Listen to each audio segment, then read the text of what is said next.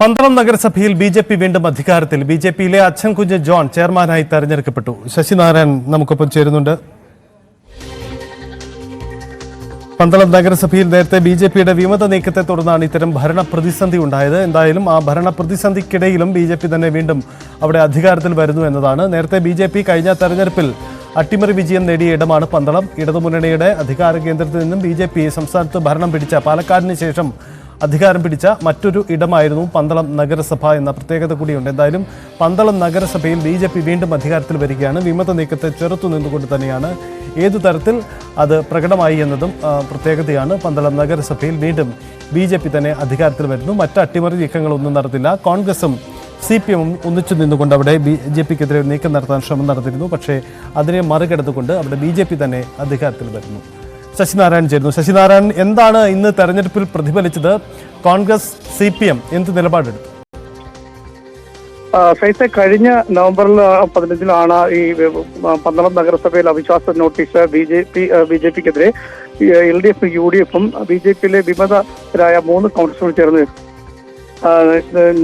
അവിശ്വാസ നോട്ടീസ് നൽകുന്നത്. ആ നോട്ടീസുമായി ബന്ധപ്പെട്ട് ചർച്ച ചെയ്തതിനു മുമ്പ് തന്നെ ബി.ജെ.പിയുടെ നഗരസഭാ ചെയർപേഴ്സൺ സുശീല സന്തോഷും വൈസ് ചെയർപേഴ്സൺ U രമ്യയും രാജിവെച്ചു.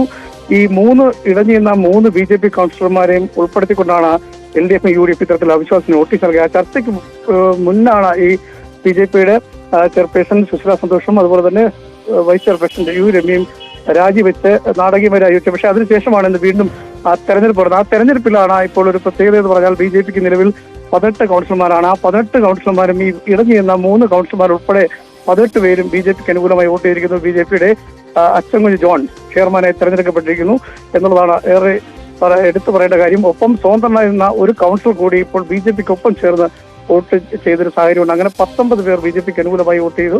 UDF-ന്റെ 5 അംഗങ്ങളും വിട്ടു നിൽക്കുന്ന ഒരു സാഹചര്യമുണ്ട്. LDF-ന്റെ 9 പേരും വോട്ട് ചെയ്യാതെ മാറി നിൽക്കുകയും ചെയ്തു. അത്തരത്തിലൊരു സാഹചര്യമാണുള്ളത്. എന്തായാലും വലിയ ഒരു ഭൂരിപക്ഷത്തോടു കൂടി തന്നെ ബി.ജെ.പി വീണ്ടും പന്തളം നഗരസഭയിൽ അധികാരത്തിൽ വന്നിരിക്കുന്നു. LDF-ഉം UDF-ഉം അതുപോലെ ബി.ജെ.പി കൗൺസിലർമാരടക്കം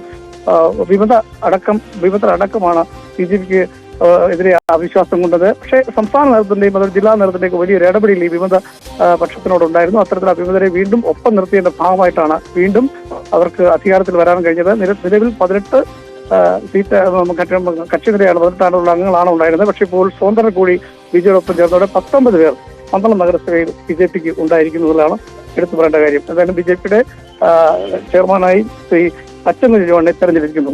ഉച്ചയ്ക്ക് ശേഷമാണ് വൈസ് ചെയർമാനെ തെരഞ്ഞെടുക്കുന്ന നടപടികൾ നടക്കുന്നത്.